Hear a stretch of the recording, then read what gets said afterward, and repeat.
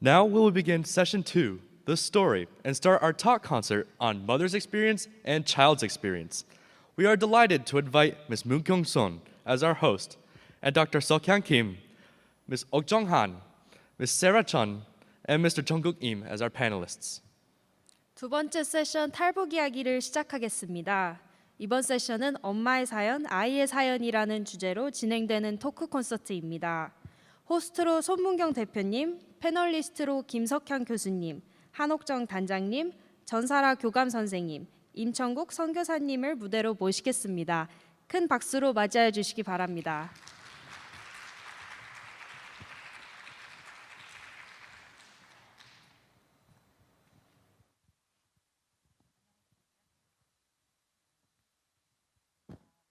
저희 토크 콘서트를 시작하기 전에 여기 단상에 계신 선생님들을 조금 더 소개를 드리겠습니다.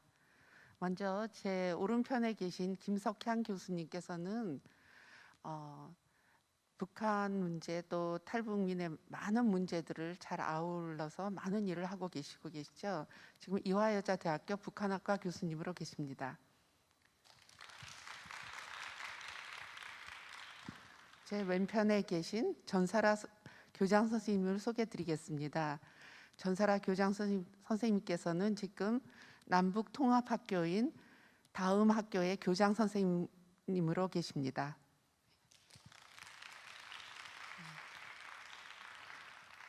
네, 또 오른쪽에 우리 한옥정 남이랑 북이랑 그 재능기부 대표를 소개해드리겠습니다. 한옥정 선생님께서는 지금 북한에서 오셔서 지금 한국에서 여러 가지 활동을 펼치고 계십니다. 또 왼쪽에 우리 임천국 선교사님을 소개해드리겠습니다. 선교사님께서는 통일소망 선교회 파송으로 인해서 중국에서 한 4년 동안 탈북하신 그 여성분들과 또 그 자녀들을 돕는 일을 하셨고, 또 태국과 동남아시아에서 일을 하시다가 현재는 한국에서 또 그런 쉼터를 운영하고 계십니다.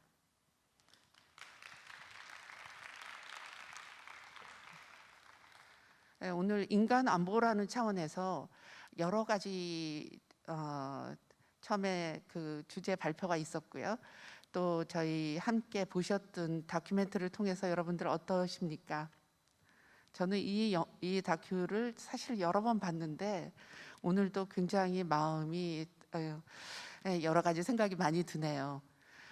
특별히 오늘 하는 이 주제는 그 엄마의 안보에 대한 이야기들, 탈북 여성의 안보에 대한 이야기들, 또 그 자녀들의 안보의 문제들을 가지고 저희들이 이야기하는 순서를 가져볼까 합니다. 먼저 저희 오프닝을 여는 의미에서 그 김석향 교수님께 이제 마이크를 넘겨서 오늘 이제 하고자 하는 이 포럼에 대한 전체적인 말씀을 좀 듣겠습니다. 네, 안녕하세요. 김석향입니다. 이렇게 빨리 넘겨주실지 모르고 저는 조금 시간이 있는 줄 알고 물 마셨다가 깜짝 놀랐어요. 이름이 김석향이고요. 이게 한자어를 아시는 분들은 아시겠지만 이름이 돌석자의 향기향자가 진짜 이름입니다. 가끔 그게 진짜 이름 아니고 닉네임이냐고 물어보시는 분들이 있는데 진짜 이름이고요. 이화여자대학교 북한학과 교수로 있습니다. 가짜 교수 아니냐고 자꾸 물어보시는 분들이 그 국내에 북한학과가 단독 학과로 있는 경우가 거의 없어서 근데 가짜 교수는 아니고 검색해 보시면 나올 거예요. 그 한 7, 8분 정도 얘기를 하라고 하셔서 저 많은 얘기를 어떻게 7, 8분에 담아내나 제가 영상을 다시 보면서 고민을 했는데 아까 권소영 교수님이 발표해 주신 글을 보니까 굉장히 좋은 문제를 4개를 딱 정리를 해 놓으셔서 거기에 맞춰서 제 얘기를 간단하게 정리를 해보면 어떨까 했고요. 저는 지금 한국어 자료를 보니까 15페이지인데 아마 영어 자료를 보시는 분들은 11페이지를 보시면 똑같은 질문이 나와 있습니다. 그러니까 뭐가 문제일까?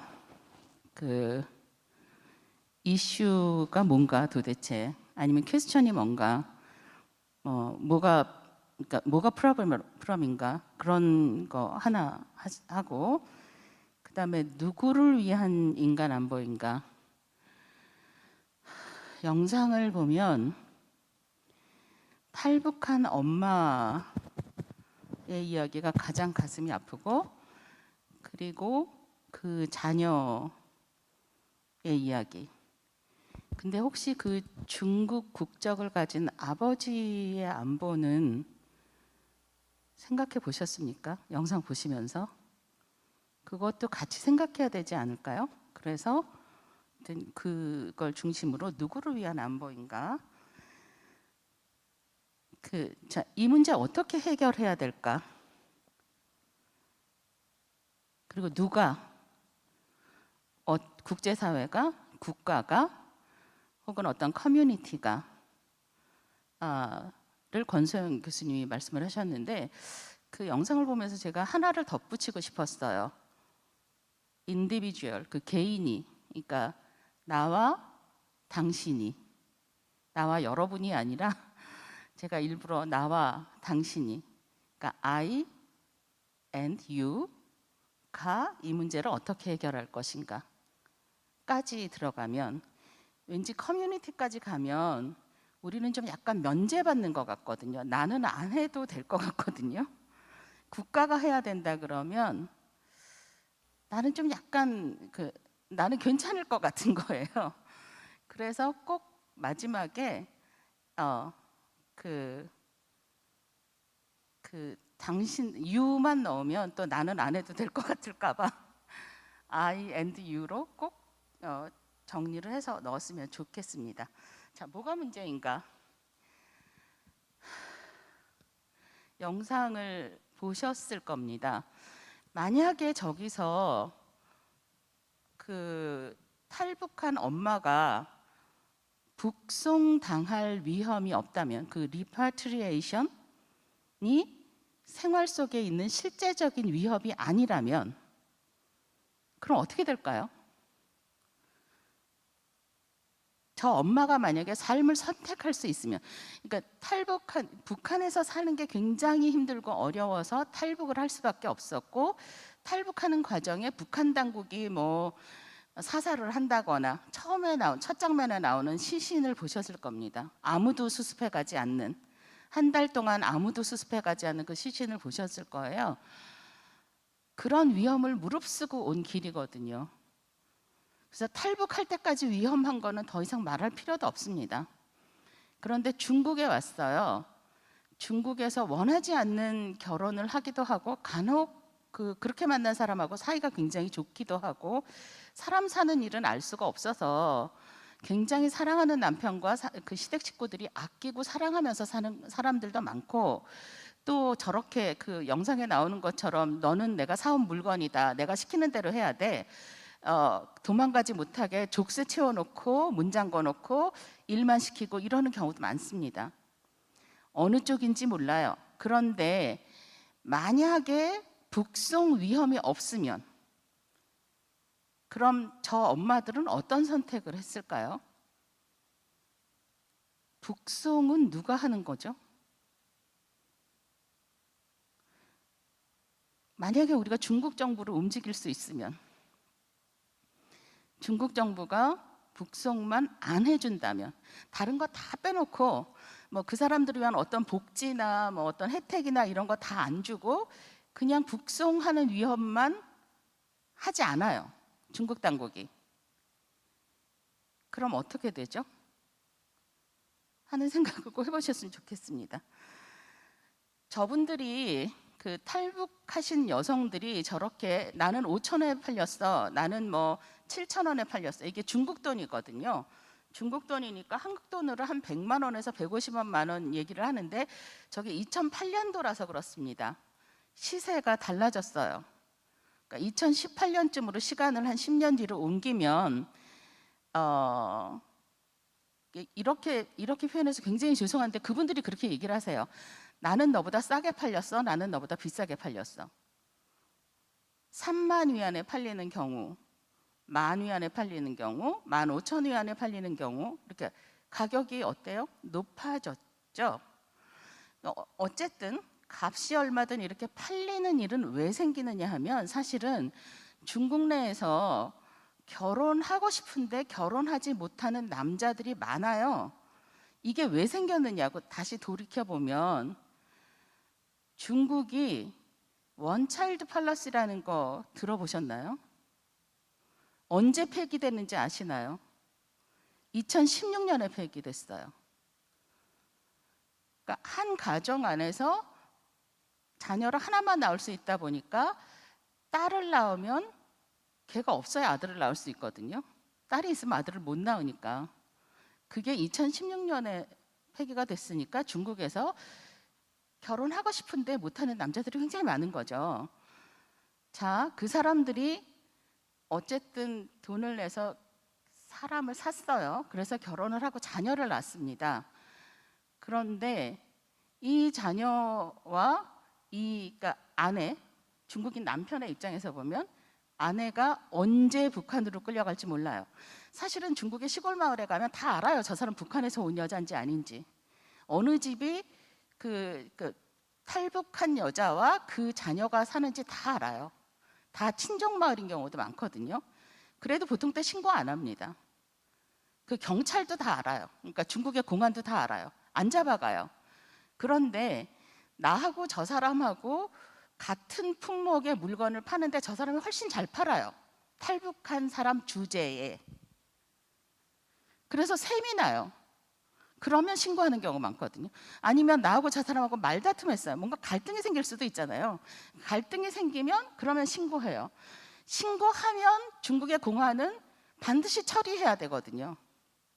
그러다 보면 북송이 되는 거죠. 근데 만약에 북송이라는 카드가 없으면, 그러니까 뭐 국적 주고 신분 주고 그런 거 안 해도 되고 그냥 북송이라는 카드만 없으면 그럼 어떻게 되지 하는 생각을 굉장히 오래 했는데 어느 순간 생각해 보니까 이게 그 엄마와, 그러니까 여자와 아이들의 문제만이 아니라 그 중국인 남자의 삶 자체가 파괴돼요.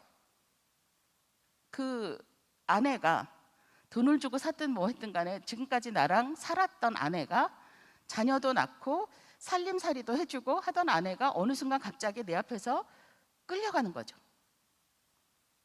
그 이후에 그 사람의 삶은 굉장히 망가집니다.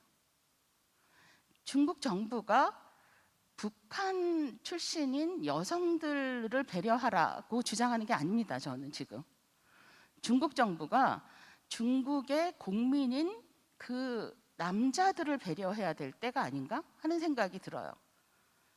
그 남자한테 아내와 아이를 갑자기 뺏어가지 않는, 탈북시키지 않는 정책만 해도 네, 문제가 그렇습니다. 자, 그 누구를 위한 정책인가 해서 반드시 그 여자와 아이들뿐만이 아니라 그 배우자, 그러니까 가족 전체의 안보를 생각해 보는 시각을 우리가 가져야 될 때가 아닌가? 중국 정부를 어떻게 설득하지? 하는 생각을 하고 있습니다.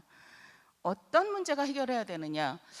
이거 얘기를 하면 저 사람들한테 교육도 시켜야죠, 의료도 뭐 해야 되죠, 뭐 이렇게 하면은 우리 돈 없어요, 이런 얘기 반드시 나옵니다. 그러니까 정부 당국자한테는 그 얘기는 반드시 나와요. 또 그렇게 하기에는 이 사람들의 숫자가 그렇게 많지도 않아요. 그러니까 뭐 투표로 뭘 하거나 이렇게 목소리가 크지도 않아요. 안 들리는 목소리, unheard voices 거든요. 그 안 들리는 목소리한테 뭐 이렇게 예산과 시간과 인력을 투여해서 문제를 해결하려고 하는 정부 당국자는 제 평생에 한 번도 본 적이 없습니다. 한국이든 미국이든 중국이든 어디든 목소리를 내야 되거든요. 그러니까 어디까지 목소리를 낼 것인가, 현실적이지 않은 제안, 한 번에 모든 걸 해결하라고 하면 저는 안 될 것 같아요. 그래서 해결하려는 문제의 폭을 최소한으로 줄여서 건드리지 말고 살 수 있게만 내버려 둬라, 북송만 시키지 말자 정도로. 그렇게 하면 좀 더 현실성이 높아지지 않을까요? 그러니까 그걸 누가 해야 되느냐? 국제사회가 관심이 있었느냐? 글쎄요. 국제사회는, 그러니까 북한의 인권 문제라고 하면 뭐에 관심이 있냐면 컨센트레이션 캠프부터 들고 나와요. 북한 내에 있는 정치범 수용소. 정치범 수용소 문제 굉장히 중요합니다. 반드시 해결돼야 돼요. 근데 북한 안에 정치범 수용소만 있는 게 아니거든요. 그 저 탈북민의 문제도 있잖아요. 한 사람의 영혼이 소중하다고 생각하면 저 사람들의 문제도 귀를 기울여야 되는데 국제사회 안 기울입니다. 관심 없어요. 정치적으로 크게 이슈가 되는 거를 할 생각은 있지만 저런 작은 목소리에 관심을 기울이지 않아요. 국가가 할까요? 아마 여러분이 목소리를 높여주면 움직여 줄지도 모릅니다. 커뮤니티 조금 낫죠. 전사라 교감 선생님이나 그러니까 이 활동을 하셨던 성함을 임 목사님 같은 분이 하시는 게 아마 그런 커뮤니티의 역할인 겁니다. 아마 유일하게 움직이는 그 에이전트인 것 같아요. 마지막 제가 첨가했던 여러분과 나는 했나요? 자신 없습니다. 까지만 말씀드리겠습니다.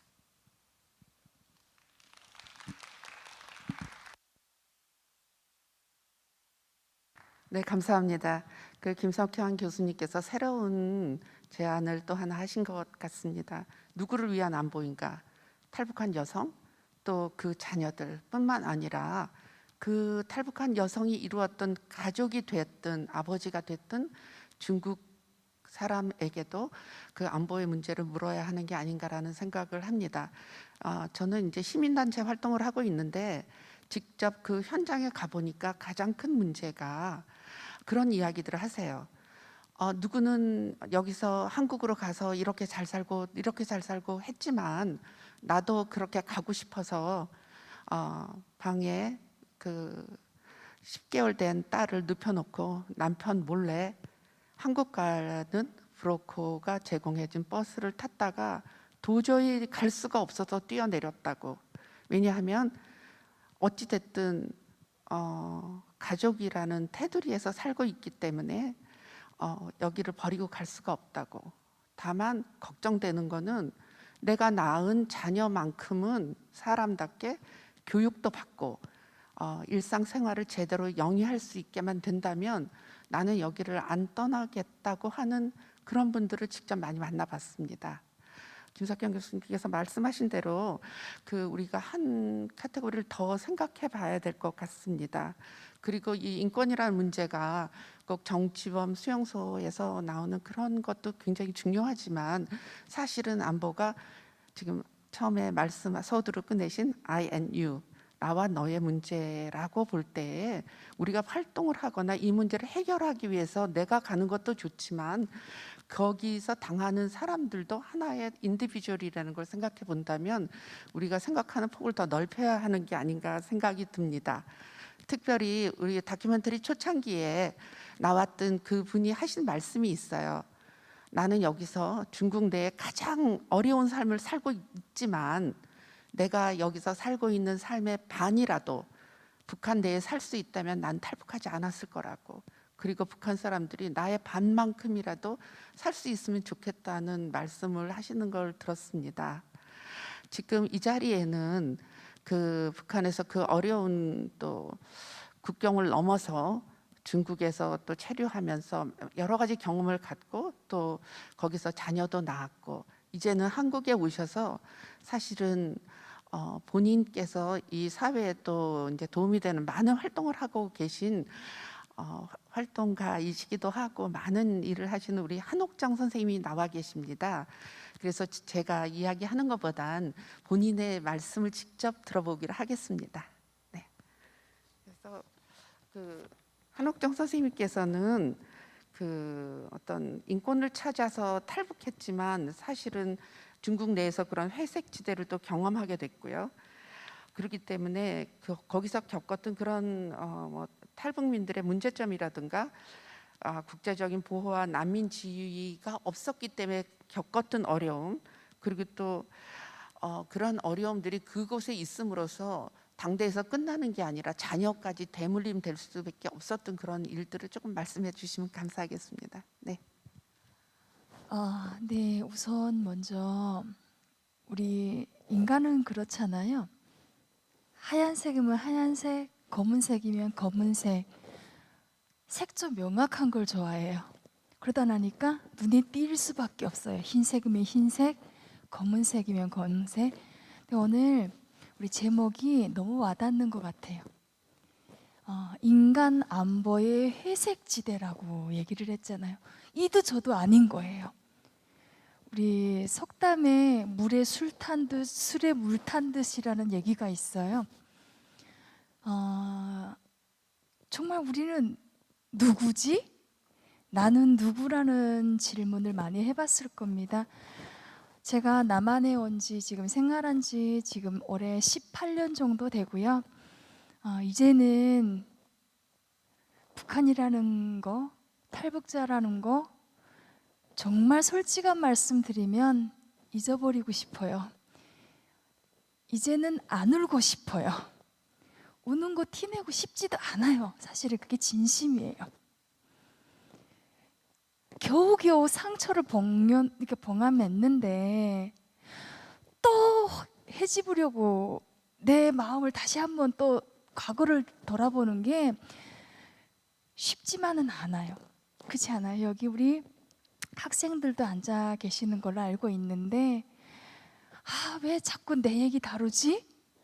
사실은 심리적으로 조금 불편한 점은 있어요. 근데 우리 흔히 얘기하는 불편한 진실이라는 게 있잖아요.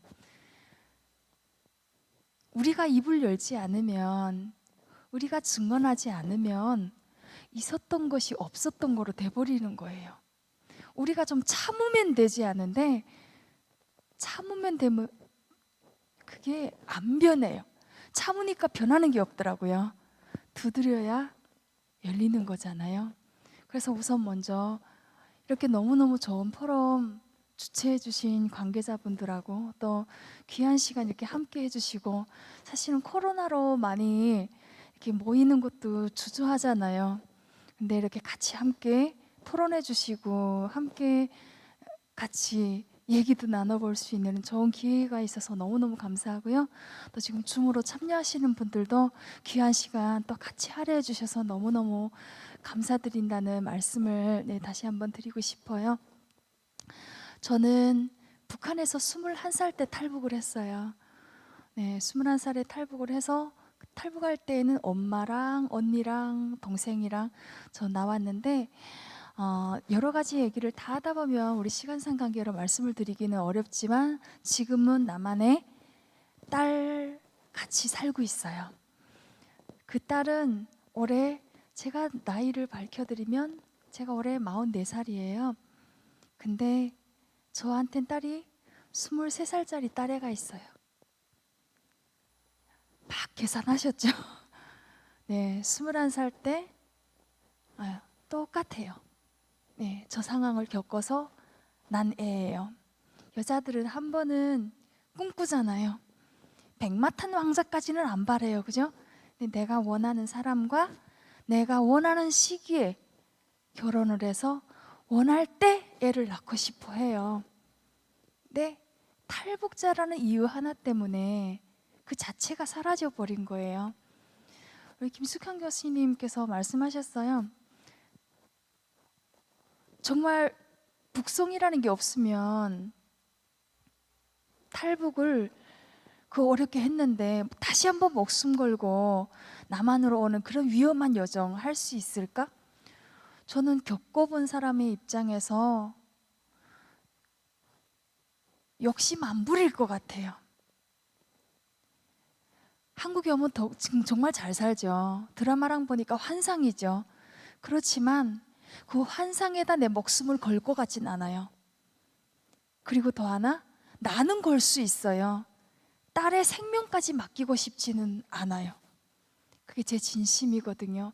제가 6살 되는 애를 중국에 두고 저도 남한으로 올 때에는 애를 못 데리고 왔어요.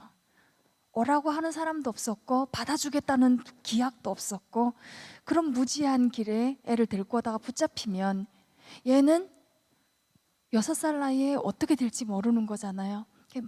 만약에 내가 성공하면 얘를 데리고 와야지 하고 애를 두고 떠났는데 정말 너무 감사하게도 탈북에 성공을 했고, 그리고 남한에 와서 여권 받은 다음 날로 제가 중국에 가서 애를 직접 가서 7개월이란 시간을 거쳐서 남한에 데려와서 올해는 이제 어엿한 대학교 4학년 학생이에요. 그래서 너무너무 예쁘게 지금 잘 살고 있는데요.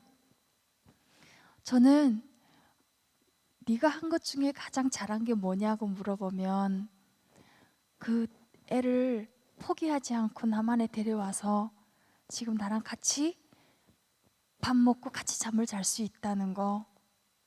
근데 이 너무너무 우리가 우리 젊은 친구들은 맨날 엄마랑 같이 밥 먹고 징글징글해 그렇게 얘기하시는 분들도 계실 거예요. 그게 얼마나 큰 행복인지 몰라요. 저는 정말 행복한 사람이에요. 저 회색지대에 놓인 아직도 삼국에 떠돌아다니고 있는 우리 어린애들, 엄마는 왔지만 애들은 못 오고, 엄마는 북송됐지만 애들은 못 오고, 또 이런 친구들 생각해 보면 내가 정말 이렇게 행복해도 되나 할 정도로 너무 미안한 거 있는데, 그래도 이렇게 같이 얘기를 들어줄 수가 있고 같이 우리의 그 아픔을 같이 공감할 수가 있는 이런 자리에서 제가 목소리를 다시 한번 내야 되겠다라는 생각으로 오늘 같이 참여를 했습니다. 네, 또 나중에 또 말씀드리겠습니다.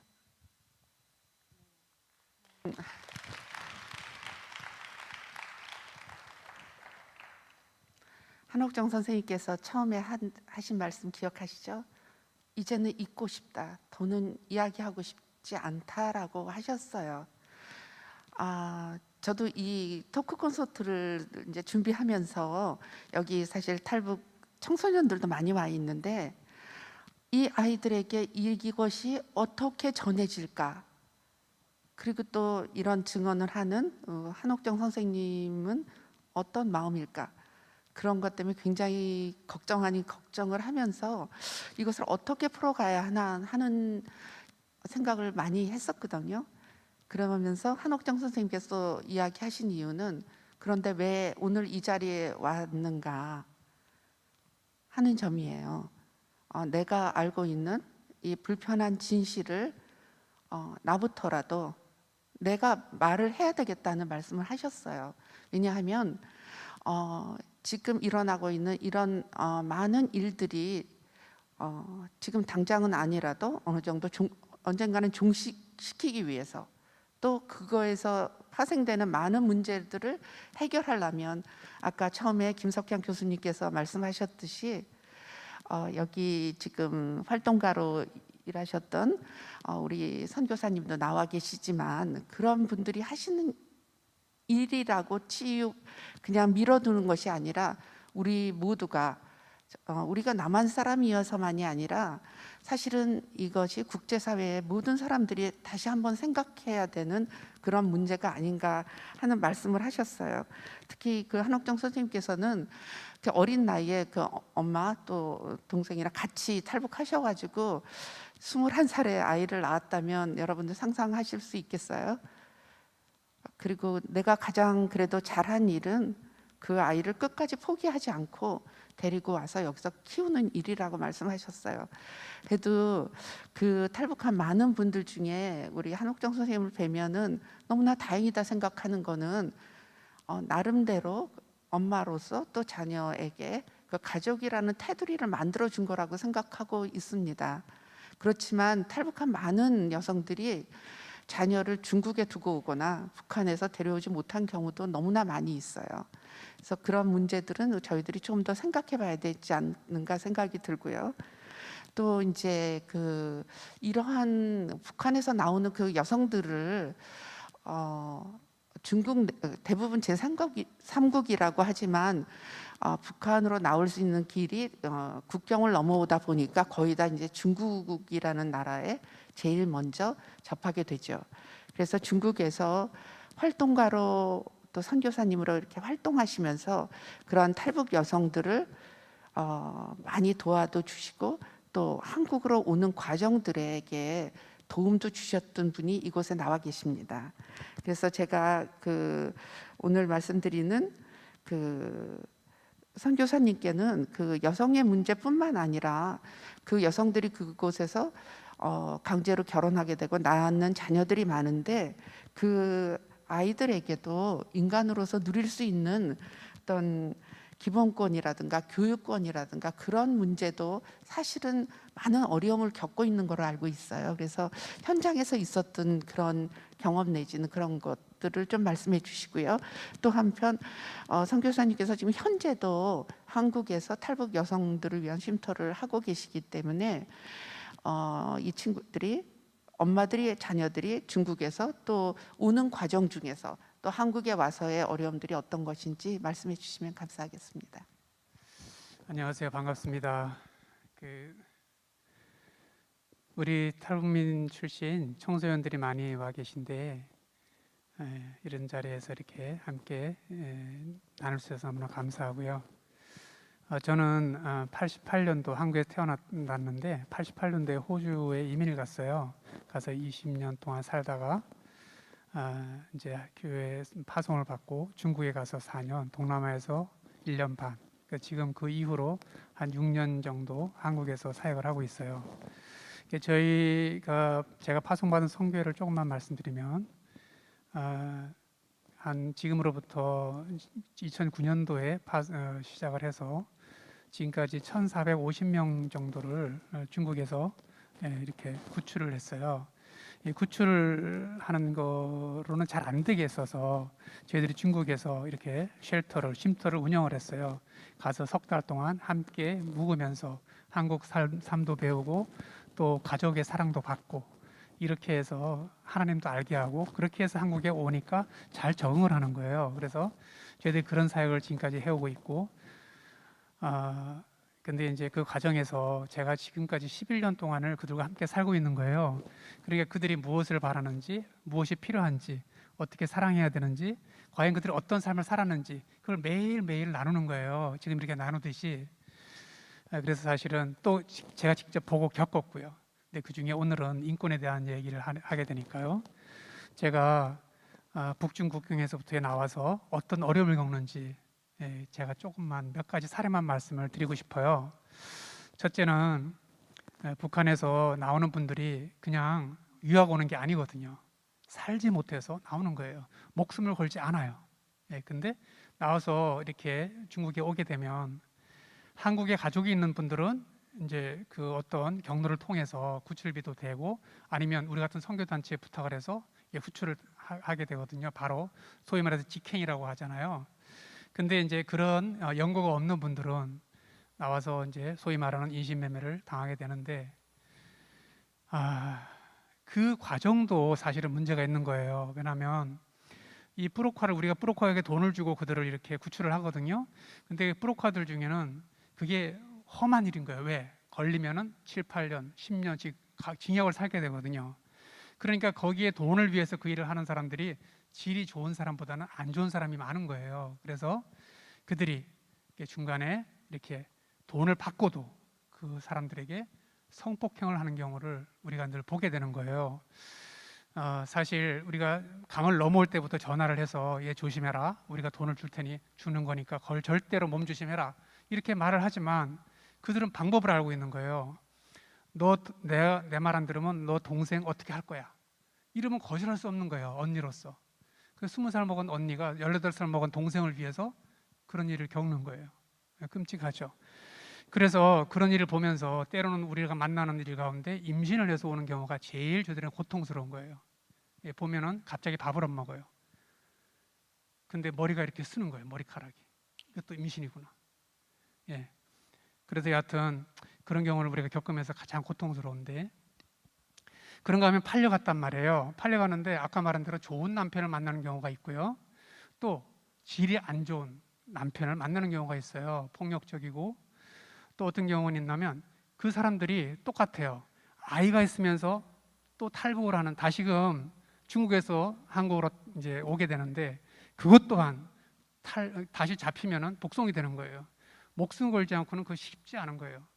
그 아이들을 놔두고 나온 거는 중국에서 행복하다면 불안하지 않다면 절대 나오지 않죠.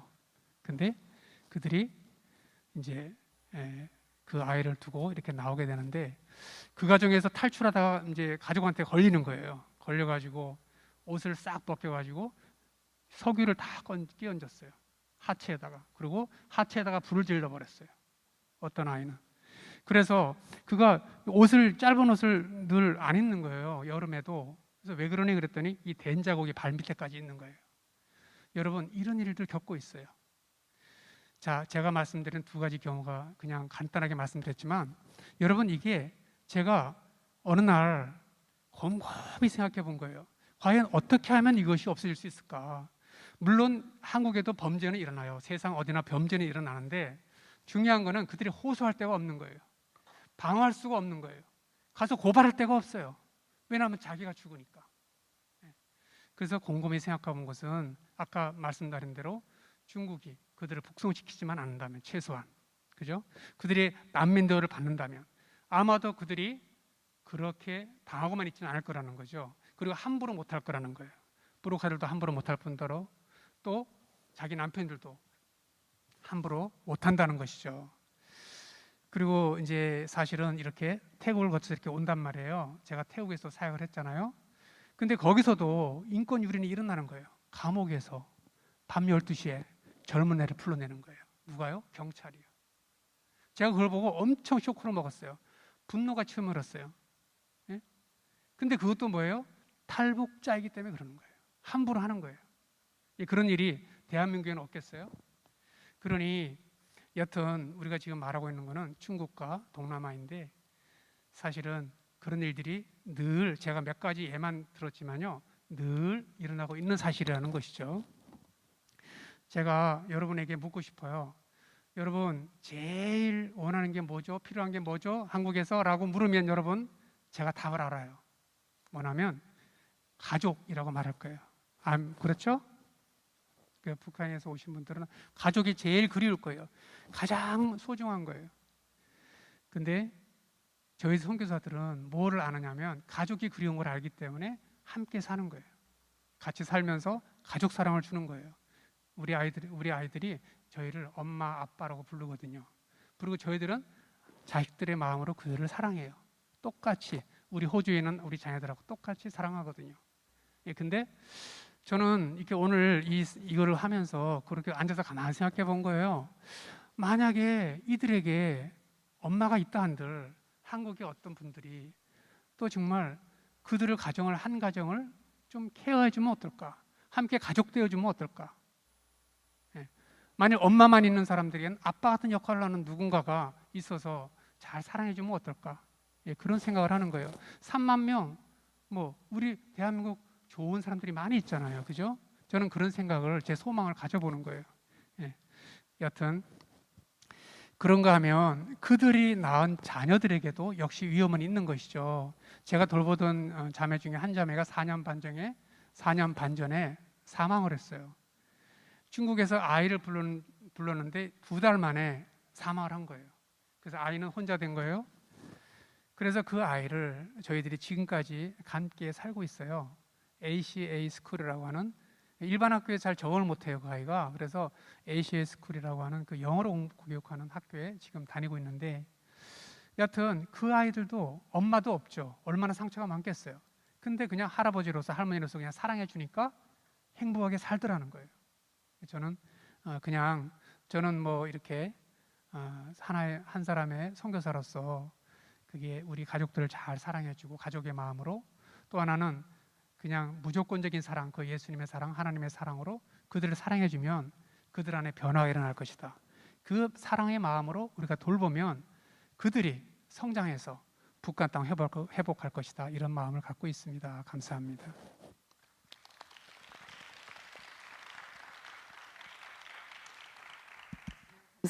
감사드립니다.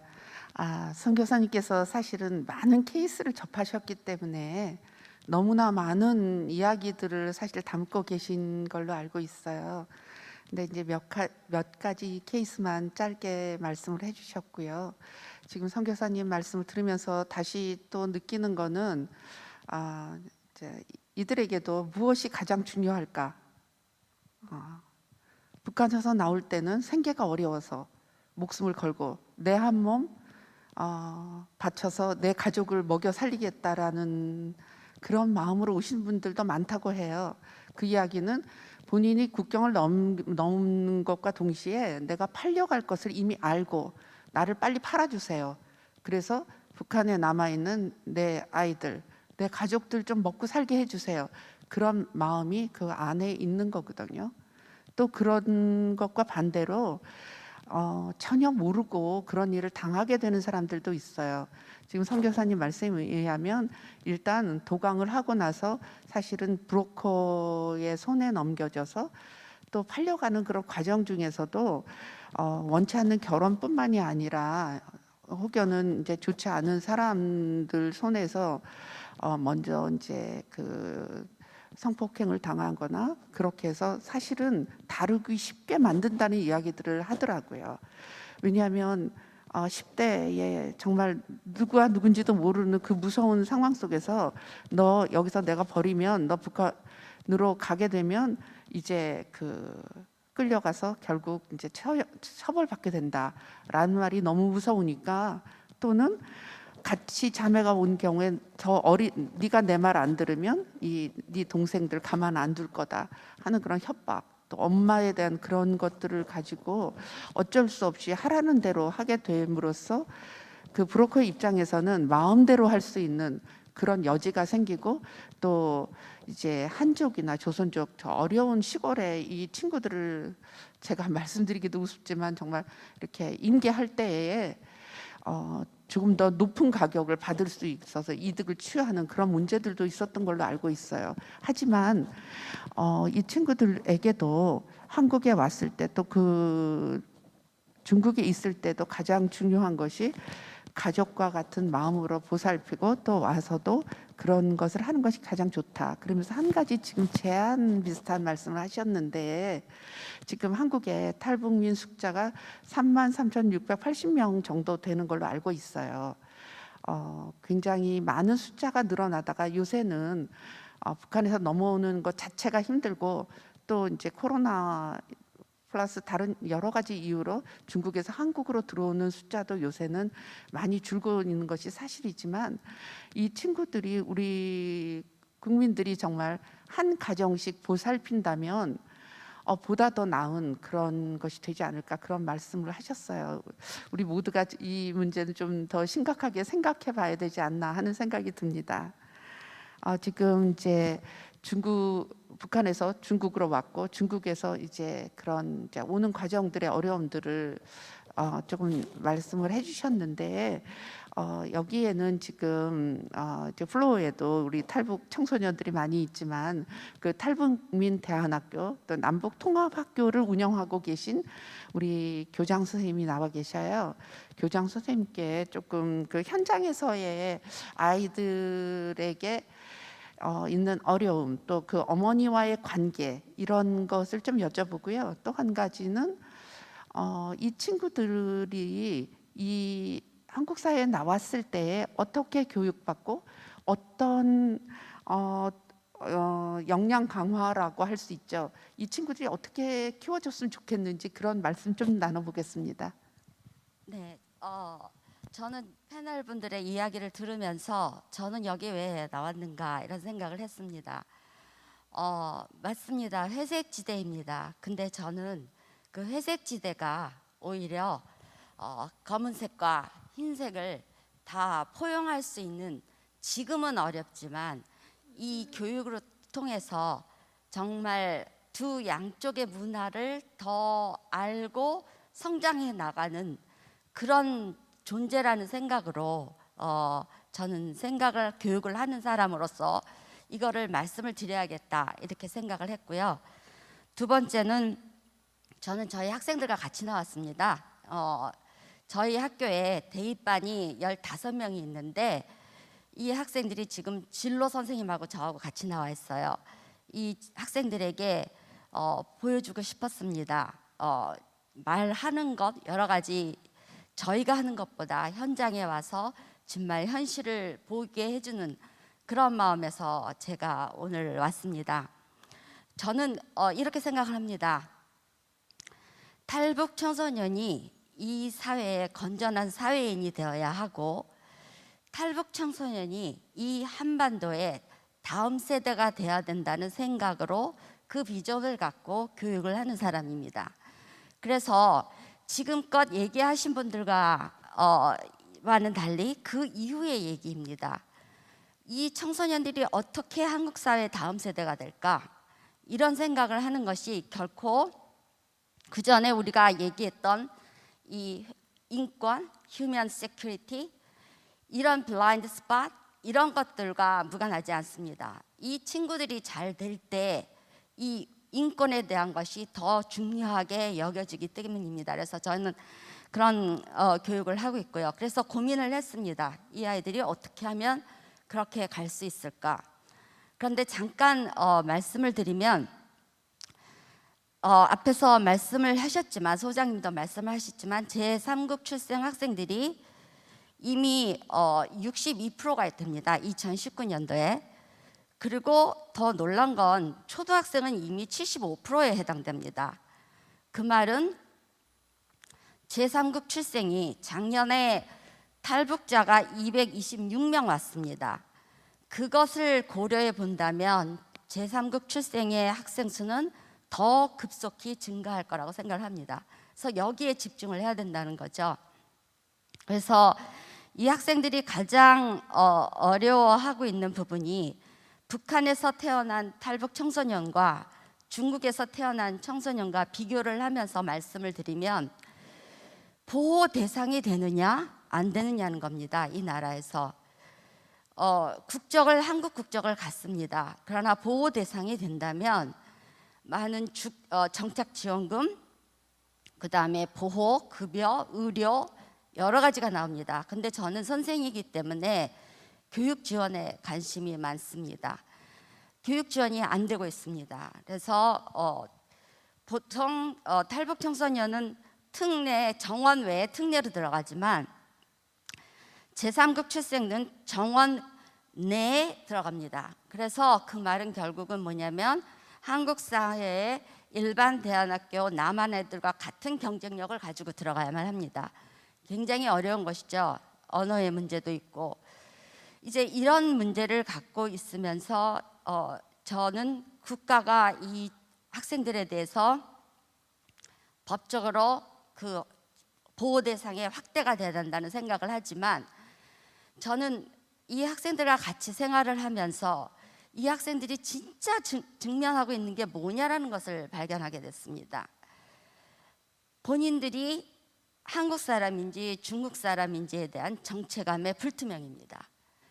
그래서 한국말을 배워야 된다라는 동기가 약합니다.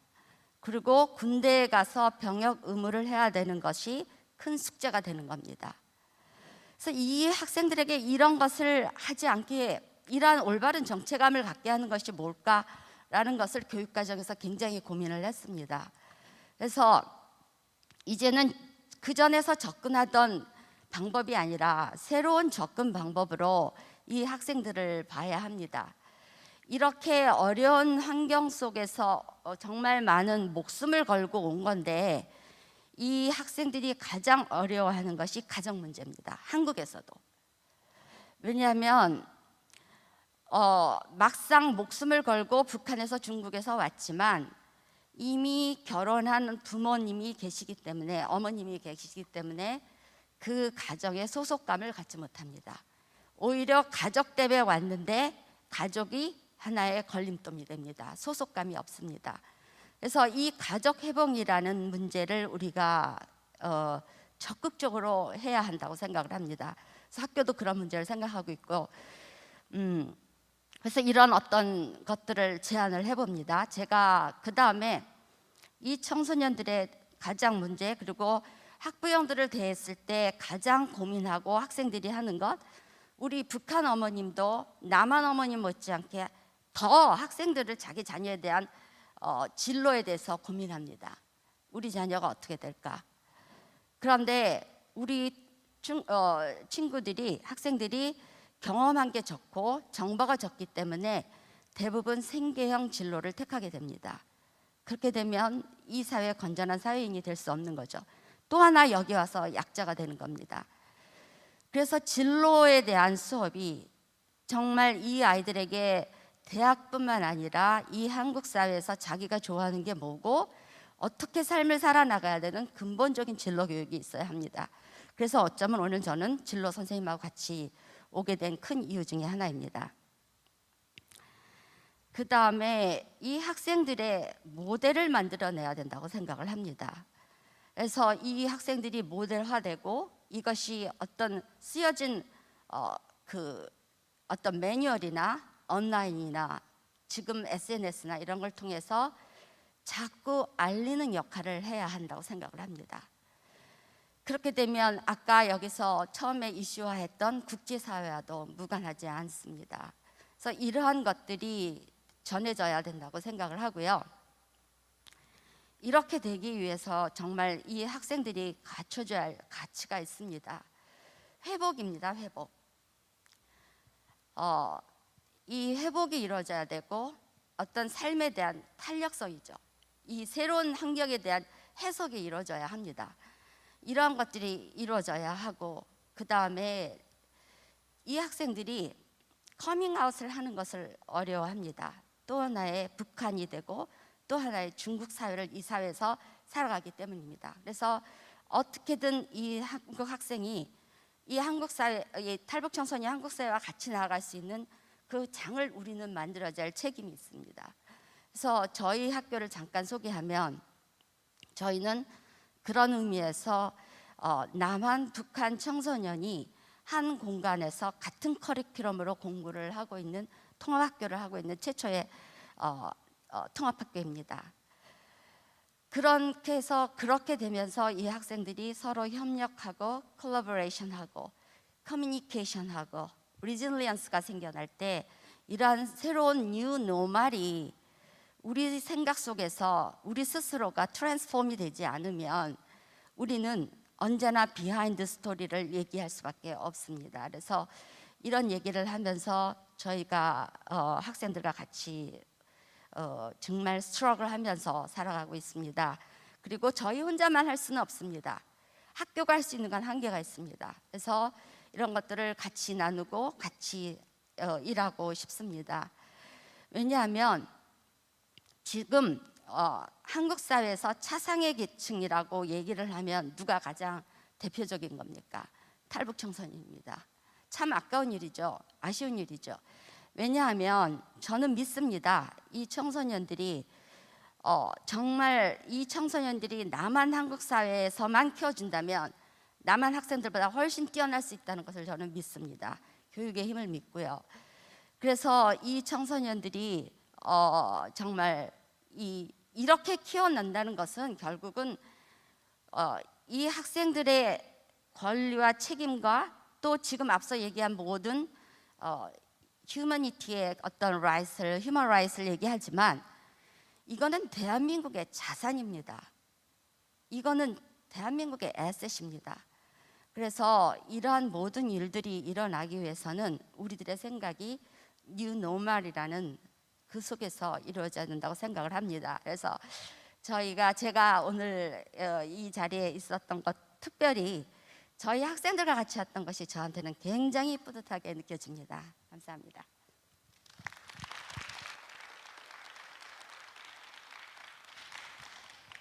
네, 감사합니다. 오늘 특별히 이곳에 그 탈북 청소년들이 많이 오게 돼서 저희도 이걸 이끌어가면서 굉장히 감동이 오는데요. 이 친구들이야말로 마지막에 말씀하신 것처럼 대한민국의 자산이고 국제사회에 널리 알릴 수 있는 그러한 역할을 할 수 있는 친구들이 아닌가 다시 한번 생각해 봅니다. 지금 전사라 교장 선생님께서 말씀하셨듯이 이제는 새로운 패턴의 새로운 방법의 그런 교육 그런 것이 필요하지 않나라는 말씀을 하셨습니다. 이 친구들에게 그저 생계형 진로를 안내해서 이 사회에서 또 한 번 약자로서 살게 되는 것이 아니라 이 친구들에게 바로 맞는 진로를 찾아가게 도와줌으로써 그들을 인파워먼트 시키고 그들의 가지고 있는 역량을, 왜냐하면 지금 아까 말씀하셨듯이 초등학교에는 이미 70%가 넘고요. 2016년 이후부터 제3국 출생 탈북 청소년이 북한에서 오는 탈북 청소년보다 그 수위를 우위를 점하고 있습니다. 그렇기 때문에 이 많은 친구들은 사실은 북한의 어머니, 또 중국의 아버지, 또 대한민국이라는 여러 곳을 함께 공유하는 그러한 정체성을 가지고 자랄 수밖에 없었습니다. 그런데 그것이 한국에 와서 언어가 어렵기 때문에 한국어의 문제점, 그리고 또 이제 아까 말씀하신 것처럼 남학생의 경우에는 이제 대학으로 진학이 안 될 경우에는 한국에 있는 남자들과 똑같이 병역 의무를 해야 된다는 점. 왜냐하면 병역 의무가 나쁜 것이 아니라 아직 한국말도 안 되고 이 사회에 적응이 안 됐을 때에 군대로 가게 됨으로써 받는 어려움들을 말씀하셨어요. 하지만 이 친구들이 가지고 있는 점을 거꾸로 생각해 본다면 어떤 누구도 갖지 못하는 많은 역량을 이미 가지고 있거든요. 북한을 이해할 수 있는 어머니, 그리고 또 중국말이 가능하게 하고 중국 사회를 이해할 수 있는 아버지, 또 교육을 받고 자라가고 있는 대한민국. 그렇다면 이 탈북 청소년들이 어떤 교육을 가지고 어떤 방향으로 가야 될지는 저희들이 많은 방향으로 생각하실 수 있을 것 같습니다. 특별히 이 친구들이야말로 앞으로 다가올 세대에 대한 커다란 자산이란 말씀 다시 한번 되새기면서 너무 감사의 말씀 드립니다. 이제 지금 오늘 나오신 패널 분들을 통해서 다 본인들의 분야에서 말씀을 다 나누셨어요. 근데 저희가 시간이 많지 않기 때문에 중간에 먼저 플로어의 질문이나 아니면 또 줌으로 질문해 주셔도 좋습니다. 혹시 질문 있으신가요? 이 문제뿐만 아니라 여기 나와 계신 우리 패널 선생님들께 하고 싶은 질문이 있으시면 말씀해 주시면 감사하겠습니다.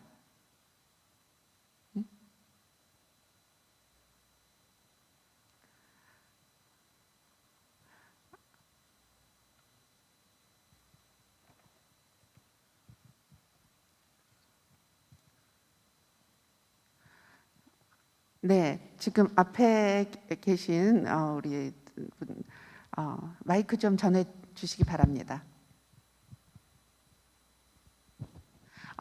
질문하실 때는 죄송한데 본인의 소속과 성함을 말씀해 주시고 질문해 주시면 감사하겠습니다.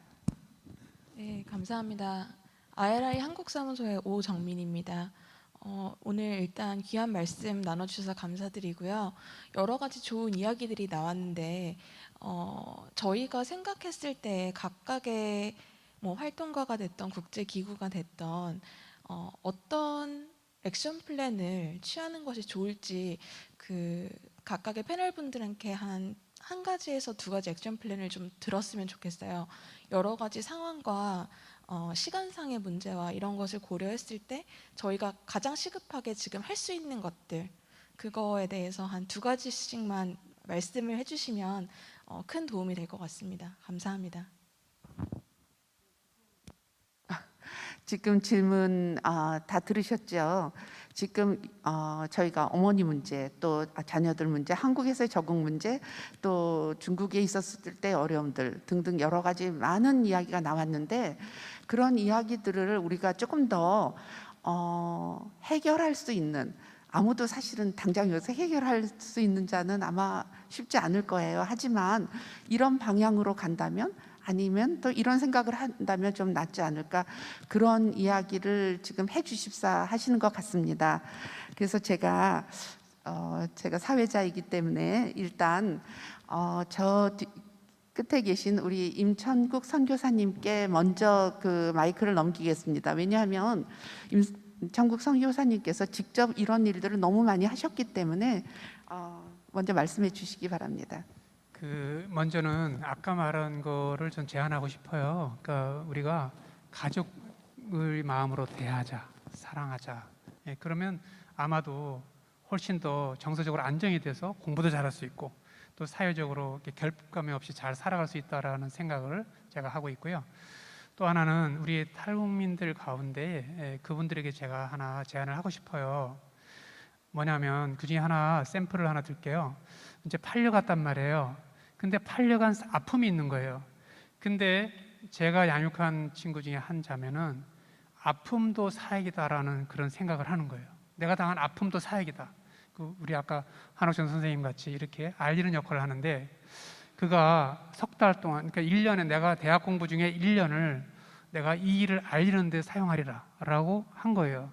그래서 미국에서 모든 관공서들, 학교들, 백악관, 국무부 이렇게 다니면서 자기가 팔려갔던 그 사건을 이야기를 하는 거예요.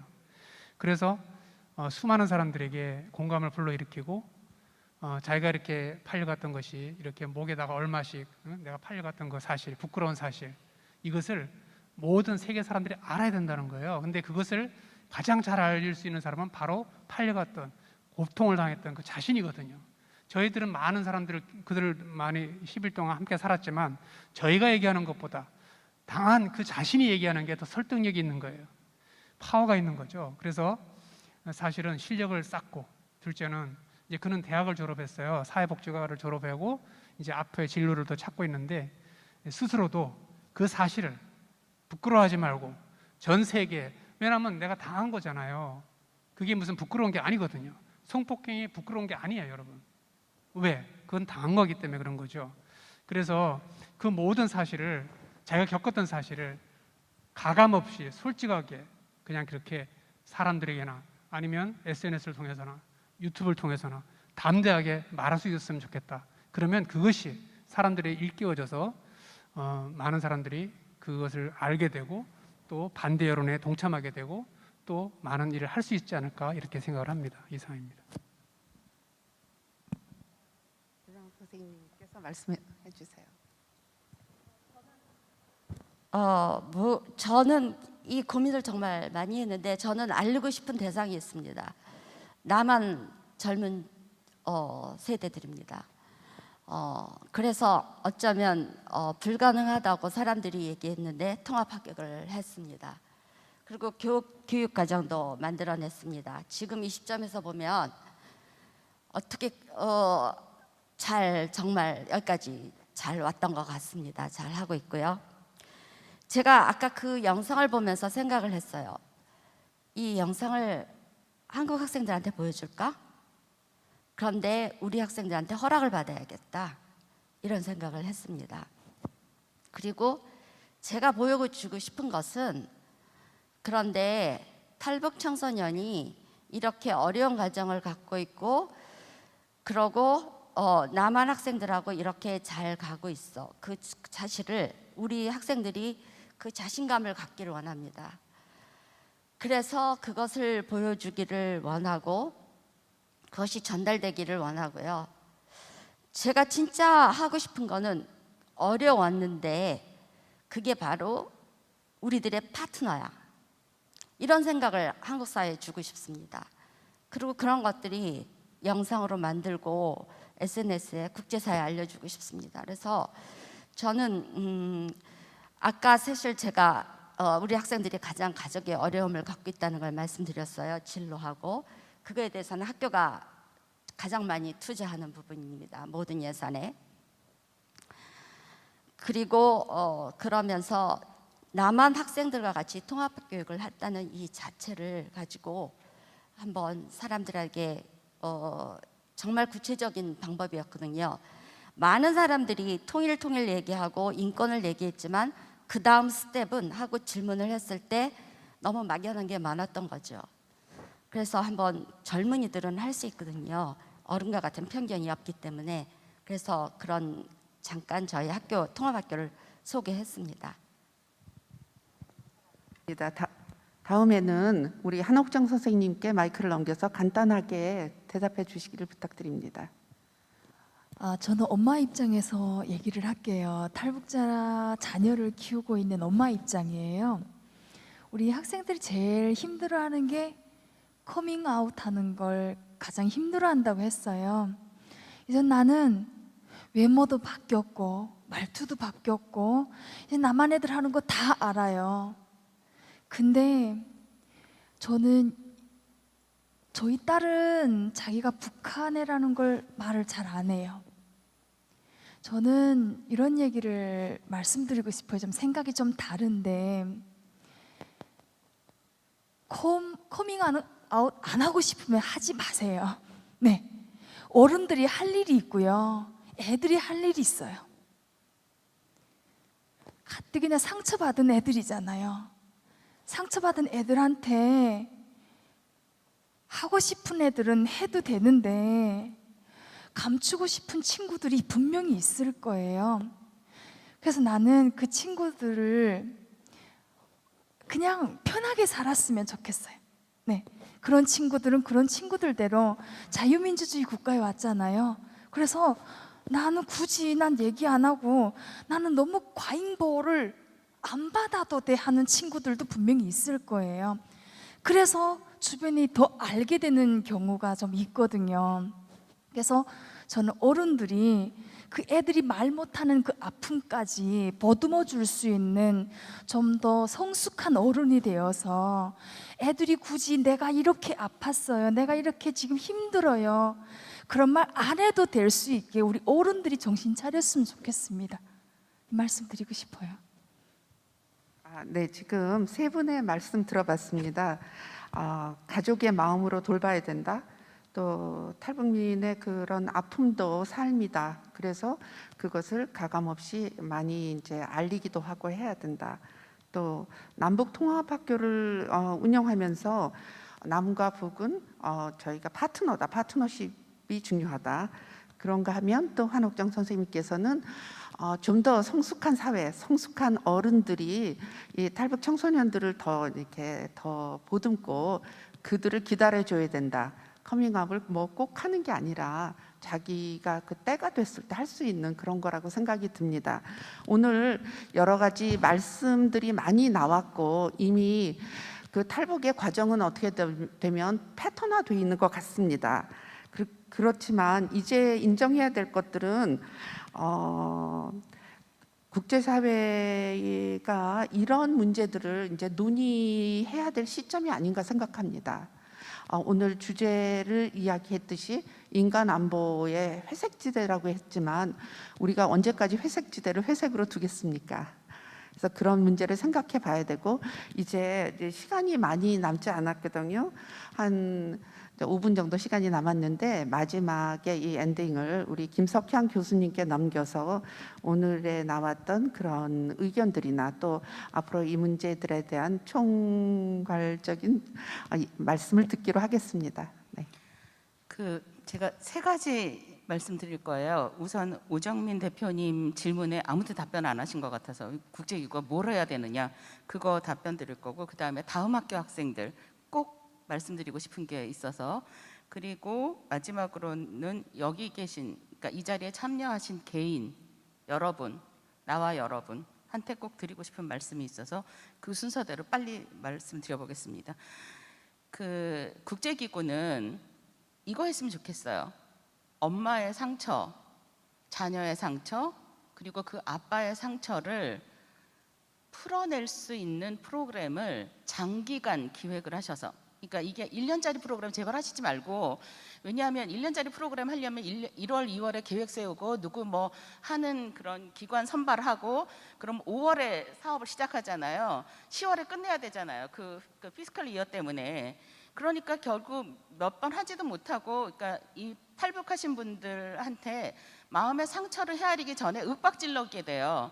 이거 어때요? 저거 어때요? 이거 맞아요? 저거 맞아요? 이거 하게 되거든요. 그러니까 그런 짓 좀 제발 하시지 말고 3년짜리, 5년짜리 프로그램을 해가지고, 아까 한옥전 선생님이 하신 말씀이 있어요. 18년째 한국에 와 있는데 겨우겨우 상처를 봉합하고 있는데 이거 자꾸 들쑤시는 거예요, 누군가. 근데 내가 이 자리까지 나온 거는, 이분은 굉장히 내가 존경하는 분이죠. 자녀도 데려오셨고, 그리고 이 상황에서 나와서 말씀을 하시는 이런 용기를 아무나 낼 수 있는 게 아니거든요. 이거를 해소해야 되는데, 임 목사님 말씀이 맞아요. 그렇게 해야 돼. 그러니까 내가 당한 게 뭐가 잘못이야? 그 저지른 놈이 잘못이지. 맞는 말씀이지만 안 되거든요. 안 되는 거를 너는 왜 안 해? 이렇게 말할 수는 없어요. 그러니까 그게 그 과정까지 가도록 심리적으로 치료를 해줘야 되는데 치유의 과정이 있어요. 그러니까 문제가 있으면 그 문제를 자기 입으로 인정을 하고 이거를 자연스럽게 풀어내게. 저 사람이 나한테 물어봐서가 아니라 내가 얘기하고 싶어서 얘기하고 싶을 때 얘기하고 싶은 속도로 스스로 결정해서 말할 수 있을 때까지 기다려줘야 되는데 이 프로그램 하시는 분들은 그걸 기다릴 수가 없어요. 5개월 안에 끝내야 되니까. 그거 좀 안 했으면 좋겠어요.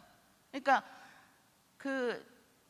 길어져서 죄송한데 이 띵크가 만든 다른 다큐를 보면 탈북해서 중국에서 아이를 낳았고 아이를 두고 오셨다가 그 아이를 나중에 데려온 엄마와 아이의 얘기가 나오는 경우가 있어요.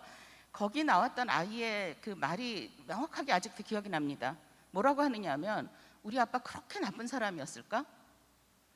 우리 아빠 나한테는 좋았는데 나한테는 정말 따뜻했는데 우리 아빠가 우리 엄마한테 그렇게 못된 짓을 했을까? 우리 엄마는 정말 아빠를 싫어하는 거죠. 아빠 안 데리고 왔어요. 보기도 싫은 거죠. 엄마 입장에서는. 그런데 우리 아빠 그렇게 나쁜 사람이야? 이 갈등을 그대로 묻어놓은 상태에서 너는 용감하게 나가서 인류를 위해서 못해요. 그러니까 이거 해주실 수 있는 방법을 하셨으면 좋겠습니다. 다음 학기 학생, 여러분 꼭 공부하세요. 그러니까 이게 누가 주변에서 보면 야 대학 가는 게 전부야? 무슨 여기 어떤 학원 가고 전문학 그거 다 그러니까 죄송한데 이거 개소리예요. 다 무시하시고 꼭 정규대학 가서 꼭 공부하시고 가능하면 석사도 하시고 박사도 하시고 나중에 웬만하면 UN 본부 같은데 D 레벨로 좀 디렉터 레벨로 들어가셨으면 좋겠어요.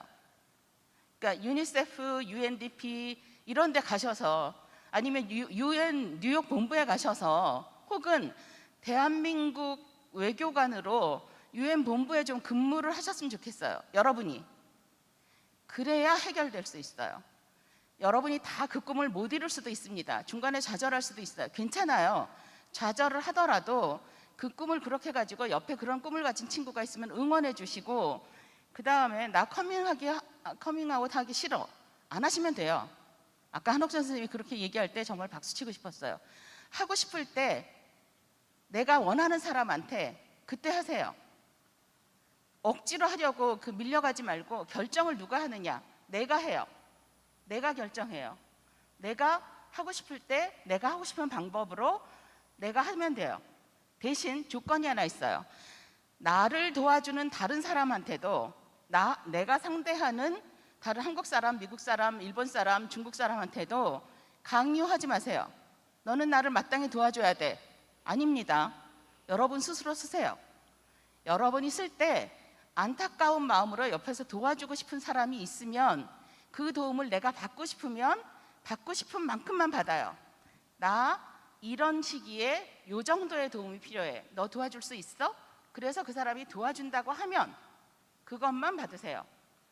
무한정 상대방이 나를 도와줄 거라고 생각하지 말아요. 부모와 자녀 간의 관계에서도 그건 불가능합니다. 못해요. 그러니까 여러분 스스로 여러분 자신의 인생을 디자인하시되 절대로 공부는 포기하지 말기. 끝까지 간다. 그런 생각. 요새 강철부대 보시면 끝까지 간다가 무슨 말인지 아실 것 같아요. 그 외에 다른 분, 임 목사님 말씀에 자꾸 제가 태클을 거는 것 같아서 죄송한데 저는 사실 목사 딸이기도 하고 목사의 누나이기도 한데 그래서 목사님들이 하신 말씀에 가끔 거부감이 들 때가 있습니다. 저렇게 옳은 말만 해서 어쩔 거냐고 하는 생각이 들 때가 있는데 죄송해도 오늘도 그래요. 3만 명이 넘는 탈북민을 누군가 이렇게 도와주면 되지 않냐? 그거 힘들어서 못해요. 온 커뮤니티가 나서야 아이 하나를 키우는데 탈북민 한 가정을 도와주려면 정말 그러니까 도시 하나가 나서야 되거든요.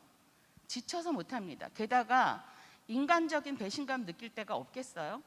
등에서 칼 꽂는다는 느낌이 들 때가 없겠습니까? 자기네끼리 싸울 때 저 불려와서 조사받는 경찰서 조사를 제가 평생 처음 받아봤는데 그런 경우 있습니다.